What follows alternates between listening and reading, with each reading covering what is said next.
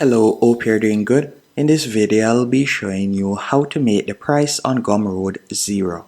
The first thing you want to do once on your Gumroad dashboard, you're going to go over to the top left hand corner and select products. After selecting products from there, you can either choose to create a new product or you can select a product that you have created already. So for example, let's say I were to select new product in the top right hand corner. I can give the product a name. Then you can select the type of product that you would like to offer, whether that be a digital product, course, ebook, membership, or you'd like to sell calls. Now at the bottom we see the option price.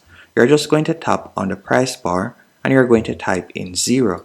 After typing in 0, you'll tap on next in the top right hand corner, and from there you can continue with the upload of your product.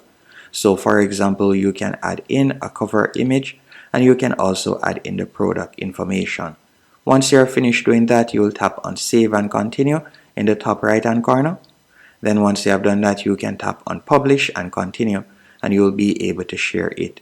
Now that I've tapped on publish and continue, if I were to select preview or if I were to copy the link and then paste it in a new tab, you'll realize that the price is saying 0 as you can see right there.